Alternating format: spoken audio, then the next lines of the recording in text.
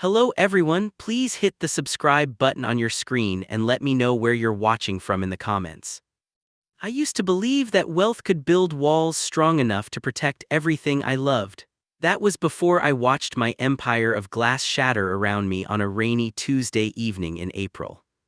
My name is Adrian Blackwood, and 6 months ago I was worth $8.7 billion. I had built next-gen technologies from nothing, transforming it into one of the most valuable tech companies in the world. At 42, I had everything society told me would bring fulfillment: the Manhattan penthouse, the vacation homes scattered across continents, the luxury cars I barely drove, and Sophia, my wife of 7 years. Sophia, even now, typing her name sends electricity through my fingers. I met her at a charity gala when she was 25 and I was 35. She stood out in a sea of black dresses in her emerald gown, her dark hair cascading down her back like a waterfall of ink. When she laughed, the sound cut through the pretentious murmuring of the wealthy elite. I was transfixed. 3 months later, I proposed. 6 months after that, we were married on a cliff overlooking the Mediterranean. "You're working too much again," she said that morning, watching me dress for work from our California king bed. We were staying at our Manhattan penthouse, 62 floors above the city that never sleeps, though lately neither did I. "The Singapore merger won't close itself," I replied, adjusting my tie in the mirror. "I'll be home by 8. She sighed, that familiar sound of disappointment I'd been hearing more frequently. "You said that yesterday and the day before." "This time I mean it." I walked over and kissed her forehead. Her skin smelled of jasmine and vanilla. "I promise." "Promises are just words until they're kept, Adrian." I should have heard the warning in her voice, should have seen the distance growing between us. But when you're focused on building empires, you often miss the cracks forming in your foundation. I left for the office with James, my bodyguard of 5 years, following 2 steps behind. A former Navy SEAL with a quiet demeanor and watchful eyes, James had saved my life twice, once from a would-be kidnapper in Buenos Aires and once from a drunk driver in London. I trusted him implicitly. He was the silent shadow who kept death at bay, allowing me to build my kingdom without fear. "Any changes to tonight's schedule, sir?" he asked as we slid into the back of my Maybach. "No changes. I'll be working late, but I promised Sophia I'd be home by 8. Make sure I keep that promise." "Yes, sir." His voice betrayed nothing, professional as always. That day passed in a blur of meetings, conference calls, and strategic decisions worth hundreds of millions. The Singapore merger was proving more complex than anticipated, with last-minute demands threatening to derail months of work. By 7:30 p.m., I was still buried in paperwork, the promise to Sophia slipping from my mind until James appeared in my doorway. "Sir, it's 7:30, you wanted to be home by 8. I looked up, momentarily disoriented. "Right, thank you, James." I gathered my documents into my briefcase. "You can take the rest of the night off once we're home. I know I've been keeping you late all week." "Thank you, sir." Was there a flicker of something in his eyes? Guilt? Anticipation? At the time, I thought nothing of it. The rain had started when we left the office, a gentle spring shower that painted the city streets in reflections of neon and headlights. Traffic was unusually light and we arrived at my building by 7:50. I felt a small surge of satisfaction that I would keep my promise to Sophia for once. "Good night, James," I said as the elevator doors opened to my private foyer. "I'll see you tomorrow at 7. "Good night, sir," he nodded, his face as impassive as ever as the doors closed between us. The penthouse was quiet when I entered, the lights dimmed. I loosened my tie, set down my briefcase and called out, "Sophia, I'm home." No answer. I checked the kitchen, the living room, the library, empty. Perhaps she'd gone out, frustrated by my constant late nights. As I approached our bedroom, I heard it, a sound so ordinary yet so devastating in context. Laughter. Sophia's laughter, followed by a deeper chuckle I recognized immediately. Time seemed to slow as I pushed open the door. The scene before me burned into my retinas like a photographer's flash. Tangled sheets, discarded clothes, Sophia's naked body intertwined with another's, James, my bodyguard, the man I had trusted with my life. They didn't notice me at first. I stood frozen, a statue witnessing its own destruction. When Sophia finally saw me, her expression shifted from pleasure to shock to something else, something that looked unnervingly like relief. "Adrian," she didn't cover herself, didn't scramble to explain. Instead, she sat up slowly, her eyes never leaving mine. "You're home early." "I'm home exactly when I promised," I said, my voice unnaturally calm. the calm before a tsunami before devastation. James had moved quickly, pulling on his pants, his face flushed with more than just exertion. "Sir, I held up my hand, silencing him. "Get out." He hesitated, looking at Sophia as if for guidance. That single glance told me everything. This wasn't their first time. This was an affair with its own history, its own language of looks and touches. "Get out!" The roar tore from my throat, a primal sound I didn't recognize as my own. James grabbed his shirt and shoes and moved past me, his head bowed. I didn't watch him leave. My eyes remained fixed on my wife, who sat calmly in our bed, our marriage bed, watching me with a clinical detachment that was somehow worse than any display of guilt would have been. "How long?" I asked when we were alone. "Does it matter?" "How long?" Each word was a bullet. 6 months. She reached for her silk robe, slipping it on with graceful movements. "Though emotionally, I've been alone much longer." The words hit me like physical blows. 6 months, half a year of lies, of betrayal, while I built my empire, oblivious to the rot at its center. Why? The question was pathetic, desperate. I hated how weak it made me sound. Sophia stood, tying her robe at her waist. In the dim light of our bedroom, with her hair mussed and her lips still swollen from another man's kisses, she looked like a stranger. "Because he sees me, Adrian. He's present when he's with me. Do you have any idea what it's like to be married to a ghost, to compete with spreadsheets and conference calls for attention?" Her voice rose, the first crack in her composed facade.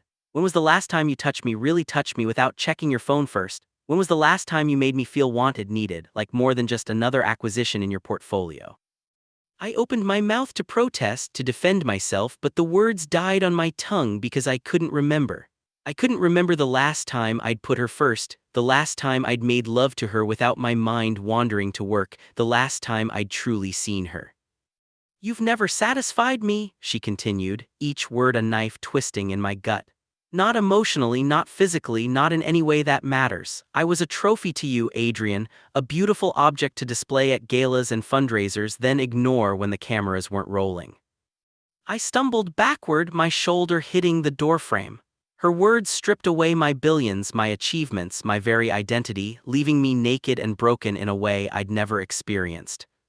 "I want a divorce," she said simply. "I've already spoken with my lawyer." In that moment, as the rain lashed against our floor-to-ceiling windows and the city lights blurred through my tears, I felt something inside me break. Not just my heart, but something deeper, more fundamental, my understanding of reality itself. Everything I thought I knew was a lie: my marriage, my loyalty, my success. And as I stared at the beautiful stranger wearing my wife's face, I realized that the greatest threat to my empire had never been competitors or market forces. It had been my own blindness. I didn't sleep that night. How could I? My world had collapsed into a singularity of betrayal, pulling everything I thought I knew into its dark center. Sophia took the guest room while I remained in our bedroom, though I couldn't bear to touch the bed. Instead, I sat in the leather armchair by the window, watching lightning flash across the Manhattan skyline as if the sky itself was mirroring my internal devastation. Rain pelted against glass, the sound like tiny bullets against my consciousness. "You've never satisfied me." Her words played on repeat in my mind, each iteration cutting deeper than the last. By morning my eyes were bloodshot, my body numb. I heard Sophia moving around the penthouse, the familiar sound of her heels against marble, the gentle click of her suitcase locks. She was packing, leaving. Part of me wanted to beg her to stay, to promise I would change, become the husband she needed. But pride, that deadly sin that had built my empire and apparently destroyed my marriage, kept me frozen in place. When she appeared in the doorway, she looked immaculate as always. Tailored black dress, pearl earrings, my gift on our 5th anniversary, hair pulled back in a sleek ponytail.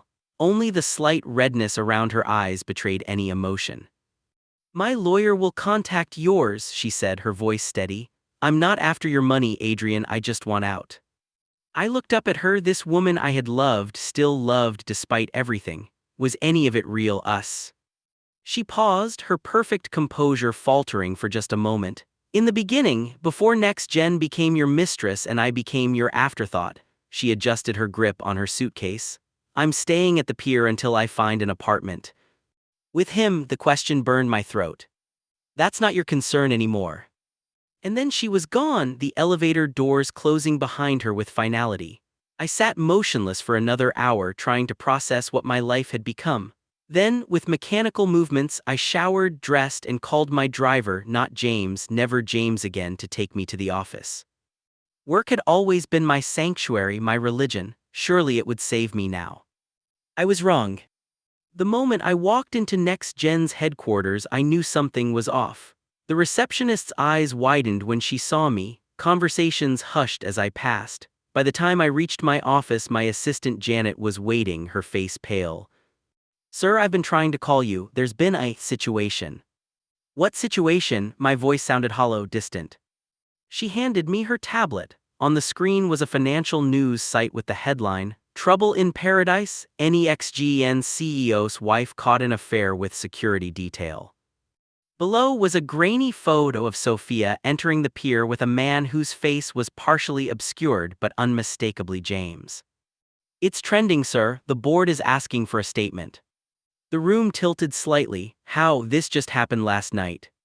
Janet looked uncomfortable. "The doorman at your building sold the story. He apparently overheard something. The tabloids filled in the rest." I sat heavily in my chair. Of course. In an age where privacy was just another commodity to be bought and sold, even my personal tragedy was public property. "The Singapore deal?" I asked, already knowing the answer. "They're getting cold feet," Mr. Chen called this morning, expressing concerns about leadership stability. 6 months of work, a billion-dollar merger, potentially derailed because my wife had decided I was an insufficient husband. "Get me Chen on the phone and call an emergency board meeting for this afternoon." My voice had found its strength again, fueled by a new emotion cutting through the grief, anger. Janet nodded and hurried out. As soon as the door closed, I slammed my fist against my desk, sending a crystal paperweight crashing to the floor. The sound of shattering glass was satisfying in a primal way. My phone buzzed with a text message, "Unknown number. Check your private email, S." Sophia. I opened my personal email on my secure phone to find a message from an account I didn't recognize. The subject line read simply, "I'm sorry." There was no text in the body, just an attachment, a video file. My hand shook as I pressed play. It was security footage from my own penthouse, our bedroom. The timestamp showed 2 days earlier when I had been in Tokyo. The footage showed Sophia and James entering the room, their bodies pressed together in urgent passion. As they fell onto the bed, my bed, Sophia looked directly at the hidden camera, a small smile playing on her lips before James began removing her clothes. I closed the video, bile rising in my throat. She had wanted me to see this, had deliberately recorded their betrayal in our marital bed, knowing I would eventually discover it. The calculated cruelty of it staggered me. Another text appeared, "Now you know how it feels to be ignored, to be an afterthought." In that moment, something inside me, something already cracked, shattered completely. The Adrian Blackwood who had built Next Gen from nothing, who had believed in love and loyalty and the power of hard work, died. In his place emerged someone colder, harder, focused on one thing only, survival. I deleted the video, blocked the number, and buzzed for Janet. "Cancel the board meeting," I said when she appeared. "Instead, schedule a press conference for 5 p.m. today and get me Richard Frost on the phone." "Your divorce attorney," she looked surprised. "Not anymore, now he's my wartime consigliere." The hours that followed were a blur of strategy sessions. Richard arrived with his team, grim-faced and efficient. We outlined a multi-pronged approach, handling the press, securing the Singapore merger, and most importantly, ensuring Sophia wouldn't walk away with a penny of what I'd built. "She claims she doesn't want your money," Richard said, reviewing my prenuptial agreement. "They all say that," I replied, "until they don't." By late afternoon, I had a script for the press conference, reassurances for the board, and a preliminary divorce strategy that would make Machiavelli proud. But as I stood before the mirror in my private bathroom, straightening my tie for the cameras, a text from an unknown number, a different one, appeared on my phone. "You think this is rock bottom, Adrian? You haven't seen anything yet, Jay." James, the man I had trusted with my life, was now threatening it, or at least the life I had known. I stared at my reflection, at the stranger with hollow eyes and a mouth set in a grim line. "Bring it on," I whispered to the empty room. I didn't realize then that some challenges once accepted can never be taken back. That some wounds once inflicted change not just your path but your very nature. The press conference awaited. The Singapore merger hung in the balance. My reputation, personal and professional, teetered on the edge of destruction. But the true devastation had only just begun. The cameras flashed like strobe lights as I stepped behind the podium. Dozens of reporters leaned forward in anticipation, digital recorders extended like weapons. The vultures had come to feast on what remained of my dignity. "Thank you all for coming on such short notice," I began, my voice steadier than I felt. "I'm sure you've heard the rumors regarding my personal life. While I've always maintained that private matters should remain private, circumstances have forced my hand." I paused, scanning the hungry faces before me. In the back row, I spotted her, Sophia, wearing oversized sunglasses, her hair pulled back severely, our eyes locked across the crowded room. She hadn't expected this. Good. "Yes, my wife and I are separating. The reasons are personal and painful. However, I want to assure our investors, partners, and the 12,000 employees of Next-Gen Technologies that these developments will have absolutely no impact on our operations or the pending Singapore merger." A reporter shouted, "Is it true your wife was having an affair with your bodyguard?" The room hushed. This was the moment they'd all been waiting for. Would the billionaire break down? Would he lash out? Would he deny the obvious? I smiled thinly. I believe in focusing on the future, not dwelling on the past. NextGen has always been about innovation and forward thinking. That philosophy extends to my personal life as well. Another reporter, "Have you fired the bodyguard in question?" "Personnel changes are routine in any organization," I replied smoothly. "Now, regarding the Singapore merger." "Mr. Blackwood," a young reporter stood, "sources claim you've been working 100-hour weeks for months. Do you think your devotion to your company cost you your marriage?" The question hit like a physical blow. I gripped the podium edges, knuckles whitening. From the back of the room, Sophia removed her sunglasses, waiting for my response. "Success," I said slowly, "requires sacrifice. Sometimes we don't realize what we're sacrificing until it's gone. But let me be clear, NextGen is not just a company to me, it's my legacy, and I will do whatever it takes to protect it." I looked directly at Sophia as I delivered those last words. A promise, a threat. She held my gaze for a moment before slipping out the side door. The rest of the press conference proceeded according to script. I announced record quarterly earnings, previewed upcoming product launches, and reassured everyone that NextGen remained as strong as ever. By the end, the narrative had shifted from billionaire cuckold to focused leader overcoming personal adversity. Richard's media team had earned their exorbitant fees. Back in my office, I collapsed into my chair, emotionally drained but grimly satisfied. The first battle had been won. "Impressive performance," came a voice from the doorway. I looked up to see Chen Wei, the Singaporean tech magnate whose company we were acquiring. He wasn't supposed to be in New York until next week. "Chen," I stood quickly, extending my hand, "this is unexpected." I thought it best to assess the situation personally. His handshake was firm, his expression unreadable. When a captain faces a storm, you learn much about his character by watching him navigate. "And your assessment?" He smiled slightly. "We proceed with the merger, but with amended terms." The negotiation that followed was brutal. Chen sensed weakness and exploited it ruthlessly.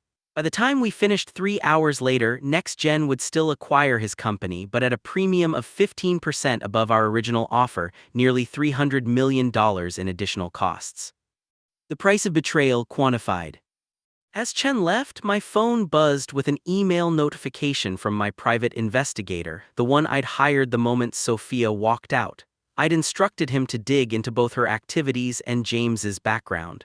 The subject line read, "Urgent FINDINGS review immediately." The attachment contained financial records showing a series of transfers from an offshore account to James over the past 8 months, payments starting 2 months before his affair with Sophia began. The amounts were substantial, $50,000 per month, with a recent increase to $75,000. Someone had been paying my bodyguard, and it wasn't me. The second document was even more disturbing. surveillance photos of James meeting with Alexei Volkov, a Russian tech entrepreneur and my chief competitor in Eastern European markets. A man who had publicly stated that Blackwood's success is built on stolen innovations. My mind raced. This wasn't just an affair, this was espionage, corporate sabotage. Sophia and James weren't just lovers, they were conspirators. I called Richard immediately. I need you back here, now, and bring your best digital forensics people. While waiting, I ordered a complete security sweep of my offices and penthouse. By evening, the results were in: 3 listening devices in my home office, spyware on Sophia's laptop that could access my home network, and evidence that James had copied files from my personal server on at least 12 occasions. They've been gathering intelligence, Richard said, reviewing the reports. Question is, what are they after and who's pulling the strings, Volkov or someone else? I don't care who, I said, cold fury replacing the heartbreak I'd felt earlier. I want them destroyed, all of them. Richard looked concerned. Adrian, we need to approach this carefully. If this is as big as it seems, we're talking potential federal crimes, industrial espionage. No authorities, I cut him off. Not yet. First, I want to know exactly what they took and what they're planning, then we'll use it against them. That could be dangerous. These aren't just jilted lovers, if Volkov's involved. I didn't build a billion-dollar company by avoiding risk, I interrupted. I need 2 things from you: absolute discretion and absolute loyalty. Can I count on both? He hesitated, then nodded. That night, alone in my penthouse, now swept clean of surveillance devices, I reviewed everything I knew. The betrayal had metamorphosed from personal to professional, from devastating to dangerous. Sophia hadn't just broken my heart, she'd violated my trust on every level imaginable. As I poured a third scotch, my secure phone, the one only 5 people had the number to, rang. Hello, Adrian, Sophia's voice, soft and familiar. I saw you on TV today. You always did know how to work a room. What do you want? My voice was ice. To warn you, you're starting a game you don't understand. I understand perfectly. You and James working for Volkov, industrial espionage. Federal prison carries a minimum 15-year sentence, Sophia. Her laugh was genuine, amused. Oh, Adrian, you think you're so clever finding the breadcrumbs we left for you to follow. James isn't working for Volkov. The evidence is exactly what we wanted your investigators to find. She paused. You're looking in the wrong direction, darling. This was never about stealing your company's secrets. Then what was it about? It's about you, Adrian. It's always been about you. The line went dead. I stared at the phone, my mind racing. What did she mean? If industrial espionage wasn't the goal, what was? What could possibly be worth the elaborate deception, the months of betrayal? The answer came in the early hours of the morning as I dozed fitfully on my office couch. My private phone buzzed with a text message containing a single image, a photograph I'd never seen before. It showed a younger me, perhaps 10 years ago, shaking hands with a man whose face I'd tried to forget. In the background, barely visible, was a building I recognized from my nightmares. The text below the image read, "Now you remember why I had to do it. He was my brother, S." And suddenly, terribly, I did remember. The truth crashed over me like a tsunami, washing away the comfortable lies I'd told myself for years. This wasn't about an affair or corporate espionage or even money. This was about revenge, and it had only just begun. Before I continue, kindly hit the subscribe button on your screen. Some truths are like time bombs planted in the foundations of our lives.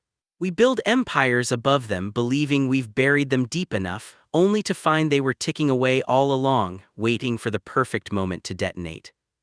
I stared at the photograph on my phone until the screen went dark, then pressed the power button to illuminate it again. My hands trembled. The man beside me in the photo, I hadn't seen him in nearly a decade, but I remembered him. Anton Riznik, a brilliant programmer who had worked for a small tech startup in Kiev, a startup NextGen had acquired in our early expansion into Eastern Europe. Anton Riznik, Sophia's brother. The building in the background was the Hotel Dnipro, where I'd stayed during negotiations, where Anton had come to meet me the night before he disappeared. The memory I'd suppressed crashed through my carefully constructed defenses. Anton bursting into my hotel suite waving documents, his face contorted with righteous anger. "You stole my algorithm," he'd shouted. "The quantum encryption protocol, it was mine. You changed the documentation, you erased me from the records." He'd been right. The quantum encryption protocol that had become NextGen's cornerstone product, the innovation that had propelled us from promising startup to tech giant, it had been Anton's creation. My team had found it buried in the company's servers, unpatented, uncredited. I'd recognized its potential immediately. With a few keystrokes, a few altered documents, a few strategic bribes to the right Ukrainian officials, I'd made it mine. "I'll expose you," Anton had threatened that night. "I have proof, original notebooks, timestamps, witnesses." "No one will believe you," I'd told him calmly. "A disgruntled employee making wild accusations against a respected American company, you'll be ruined." "Then I'll be ruined with honor," he'd replied, "something you wouldn't understand." He'd stormed out. The next day, Anton Riznik vanished on his way to meet with technology journalists. His body was found 3 days later in the Dnieper River, ruled a suicide by Ukrainian authorities whose pockets I had lined generously. I hadn't ordered his death. I'd simply mentioned to certain local contacts that Anton presented complications for our business interests. They had taken care of those complications in their own way, plausible deniability, business as usual in that part of the world. I never asked questions, I never looked back. The quantum encryption protocol made next-gen billions, and Anton Riznik became a ghost I refused to acknowledge. Until now. My phone rang, startling me from my trance. Private number. "You remember him now, don't you?" Sophia's voice was different, harder, her slight accent more pronounced than I'd ever noticed before. "Your brother." My mouth was dry. "You never told me." "I never told you my real name either. It's not Sophia. It's Sonia Riznik." She paused. "You didn't do your due diligence, Adrian, too captivated by a pretty face to wonder why a young Ukrainian woman would be so interested in a tech billionaire 20 years her senior." The room seemed to tilt. 10 years, I corrected automatically. I'm only 10 years older. Her laugh was bitter, even now. "Your ego needs to control the narrative. Fine, 10 years. Does that make you feel better about stealing my brother's life's work, about having him killed when he threatened to expose you?" "I didn't," I stopped. Denials were pointless. "I never ordered his death." "You might as well have pushed him into the river yourself," she hissed. Anton was brilliant, idealistic. He believed in creating technology to protect people's privacy, their security. You stole that vision and perverted it, selling his encryption to the highest bidders, including governments that use it to oppress their people. I sank into my chair. "What do you want, Sonia? Money, public confession, my destruction." "I had 7 years to plan this, Adrian. 7 years living as your wife, sleeping beside the man who destroyed my family. Do you think I'd settle for anything less than complete justice?" "The affair with James was the beginning, not the end." Her voice grew clinical. "James was easy to recruit. You never noticed how much he resented you, the casual disrespect, the demanding hours, treating him like furniture rather than a person. Men like you never see the people beneath you as fully human." I thought of James, always in the background, always watching. How many times had I changed plans without consulting him, demanded his presence at all hours, treated his time as worthless compared to mine? "The video of us together was just to hurt you," she continued. "To let you feel a fraction of the betrayal Anton felt, but the real plan is much more elegant." "What plan?" My voice was barely a whisper. "Check your email, Adrian, the board already has their copy." With dread pooling in my stomach, I opened my laptop and found a new message from an anonymous account. The subject line read simply, "NEXGEN's true origin." Attached were dozens of files, Anton's original notes on the quantum encryption protocol, time-stamped emails between us that I thought had been deleted, audio recordings of our meetings, financial records of payments to Ukrainian officials. Most damning was a video file. I clicked play with numb fingers. It showed me in that Kiev hotel room, my younger face twisted with contempt as I threatened Anton. "If you pursue this, I will destroy you," my recorded self said coldly. "One call from me and you'll never work in tech again, not in Europe, not anywhere. Accidents happen to people who make trouble, Anton, especially in this part of the world." The video ended. I sat in silence, staring at the frozen image of my face. a face I barely recognized, consumed by ambition and moral bankruptcy. How I finally managed. Anton wasn't just brilliant with encryption, Sonia replied.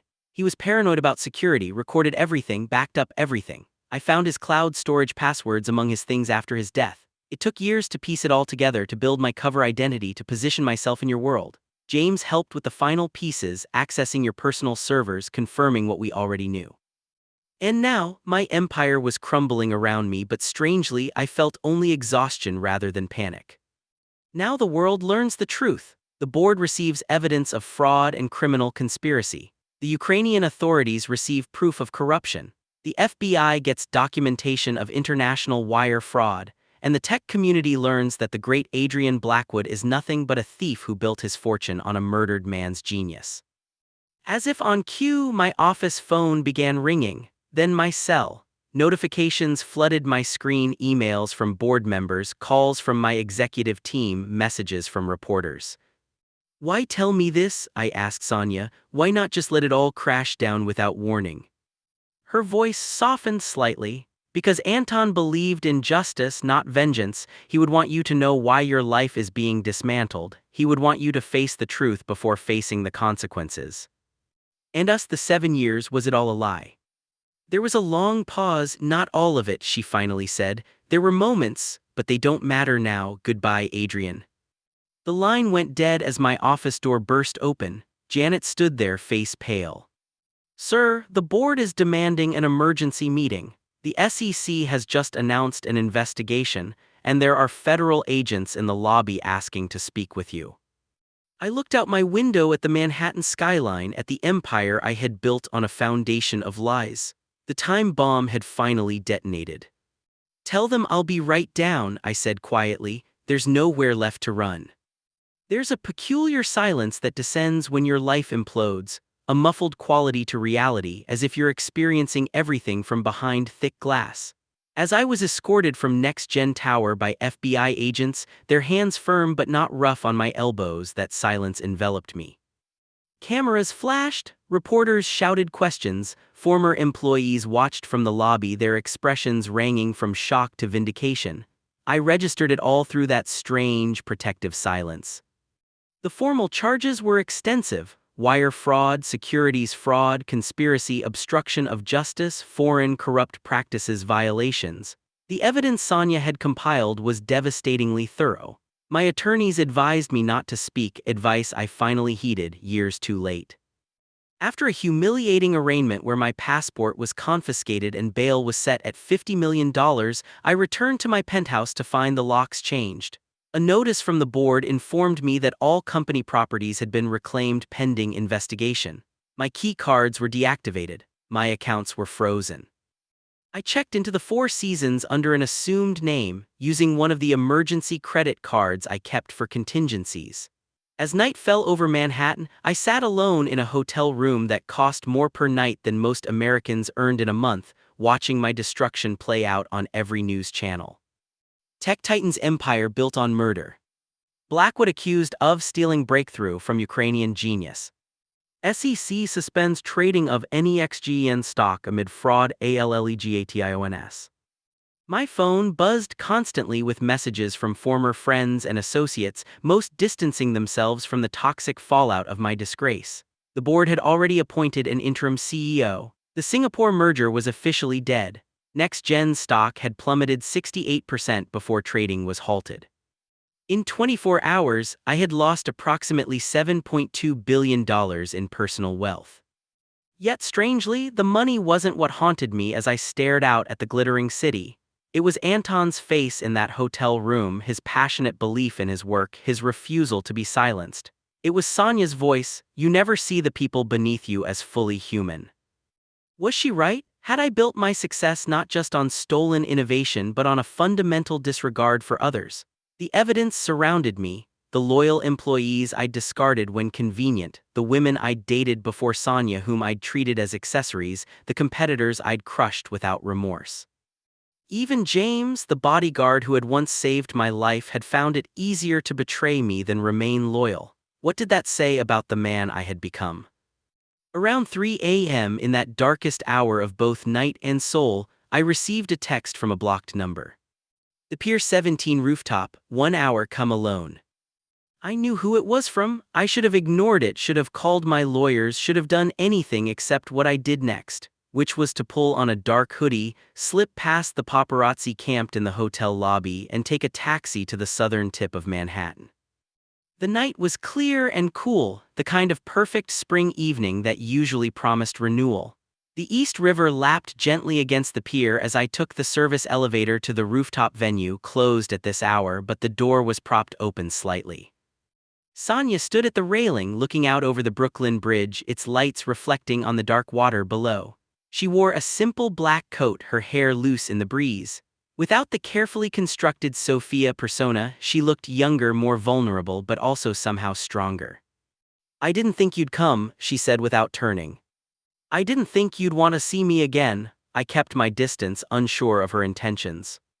"I needed to see it in your eyes." Now she faced me. "Remorse, understanding, something to tell me that Anton's death meant something, that you're capable of recognizing what you did." "Would it matter if I did? The damage is done to Anton, to you." I moved closer, stopping a few feet away. "To everyone." "It would matter to me?" Her voice caught slightly. 7 years, Adrian, 7 years living with my brother's killer, searching for some sign that you weren't the monster I believed you to be." "And did you find it?" I asked quietly. She looked away, moments, small kindnesses.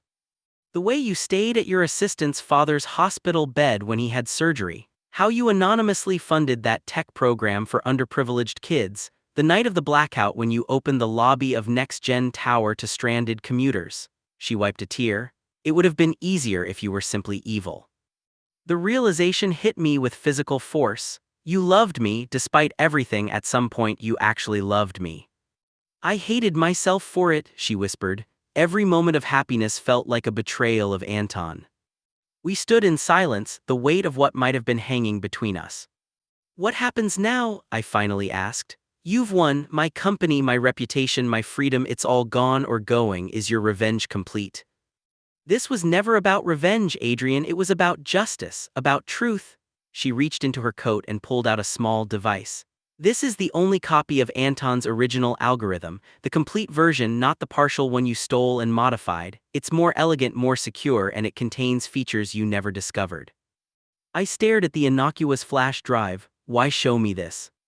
"Because tomorrow I'm releasing it to the world as open source, free, available to everyone, the way Anton would have wanted." Her eyes held mine.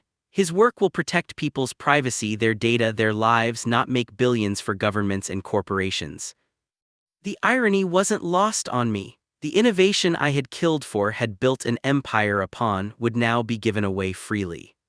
"You could have released this anytime. Why wait 7 years? Why the elaborate scheme?" I asked. "Because the algorithm alone wasn't enough. The world needed to know how Next Gen really began, how innovation is stolen and monetized, how lives are destroyed in the pursuit of billions." She stepped closer. "And I needed you to understand what Anton died for." Her proximity was intoxicating and terrifying.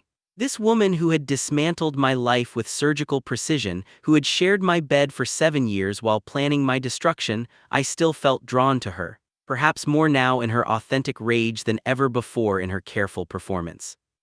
"I understand now," I said softly. "Too late, but I understand."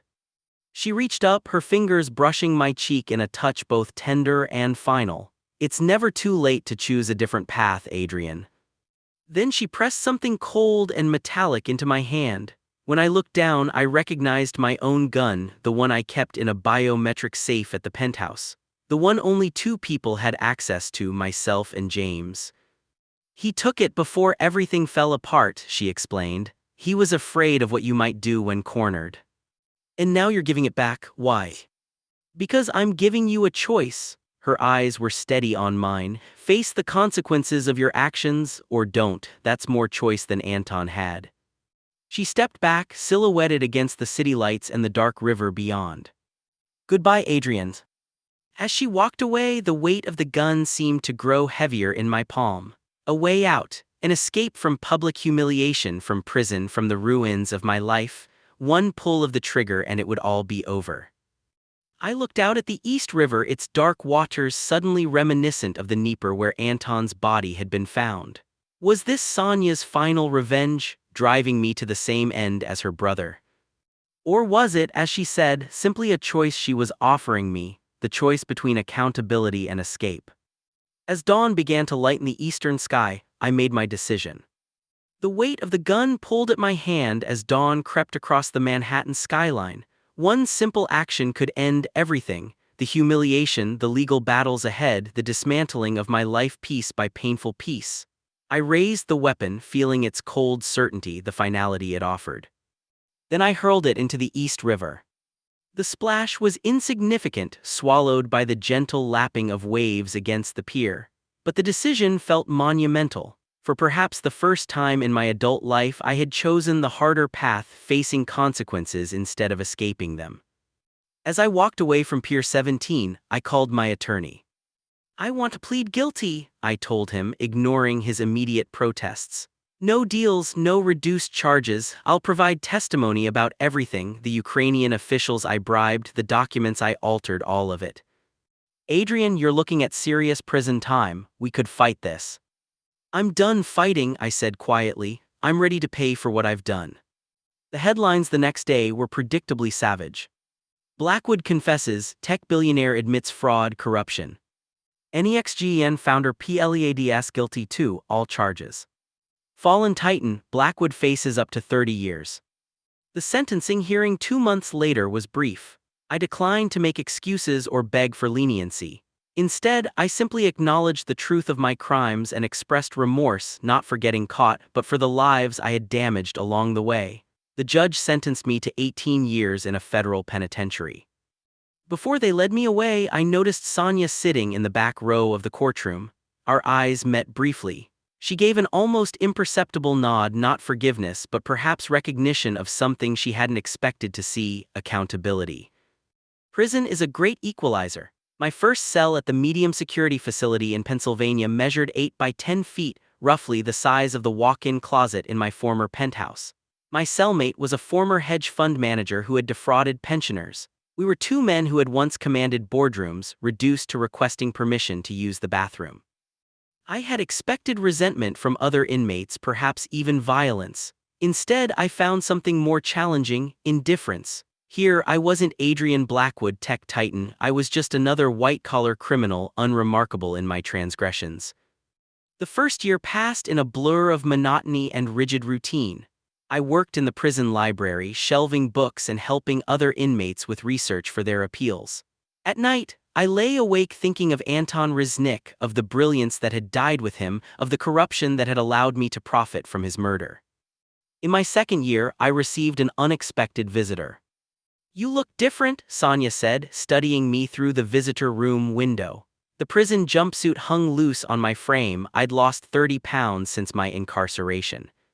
"So do you." Her hair was shorter now, and she'd abandoned the carefully maintained appearance of Sophia Blackwood for something more natural, more authentic.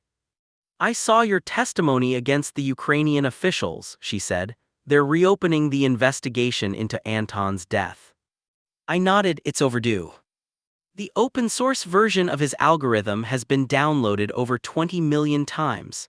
It's being used by journalists in authoritarian countries, by privacy advocates, by ordinary people protecting their data." Pride washed over me, strangely enough, not for anything I had done but for Anton's legacy finally being realized. "Why are you here, Sonya?" I asked gently. She looked down at her hands. "I don't know, maybe to see if the remorse was real, maybe to understand how someone I once," she trailed off, "loved," I supplied. Yes, her eyes met mine again. How someone I loved could also be capable of such cruelty. "I've asked myself the same question every day for 2 years, I admitted. "The only answer I've found is that power corrupts incrementally. Each compromise makes the next one easier until you no longer recognize yourself." We talked for the full hour about Anton, about the years of our marriage, about the small truths woven through the elaborate deception. As a guard signaled the end of visitation, she pressed her palm against the glass.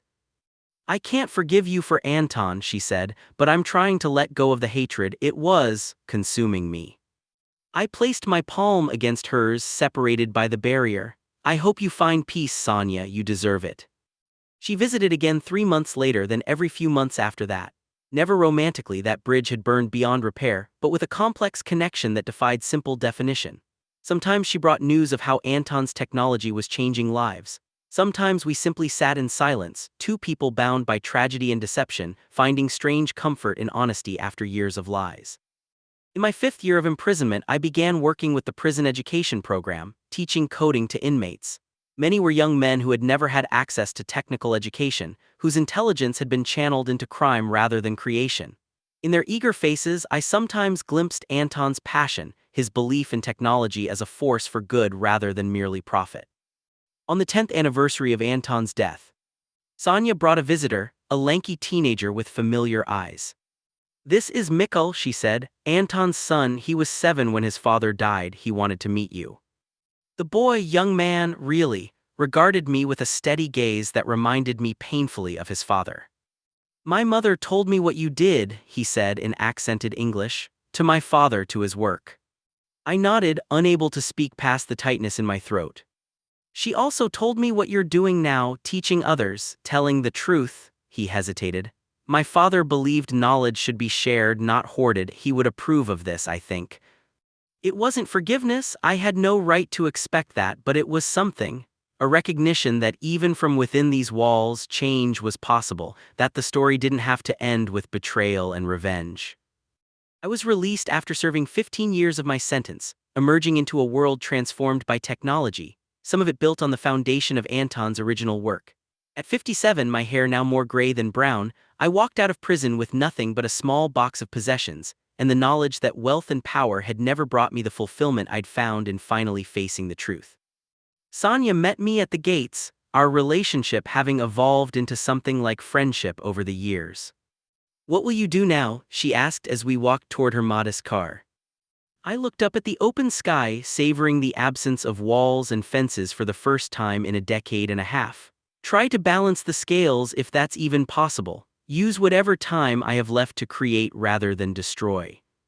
She smiled slightly. Anton would say it's never too late to choose a different path. As we drove away from the prison, I realized the silence that had descended when my life imploded years ago had finally lifted. In its place was not the roar of success or the clamor of wealth, but something quieter and more valuable, the sound of a truth finally spoken, a debt being repaid, a life being rebuilt one honest choice at a time. Sonia had broken me, yes, but in that breaking, she had created the possibility of becoming whole in a way I never had been before, not as a billionaire, not as a titan of industry, but simply as a human being trying, finally, to do right. And in the end, that was worth more than all the empires I had lost. Thank you for following Adrian's journey from power to fall to redemption. What parts of his story resonated with you most? You believe anyone can truly change after causing such harm? I'd love to hear your thoughts in the comments below. If this story touched you, please subscribe to my channel for more tales that explore the complexities of human nature, the price of ambition, and the possibility of redemption even in our darkest moments. Until next time, remember that it's our choices, not our circumstances, that define who we truly are.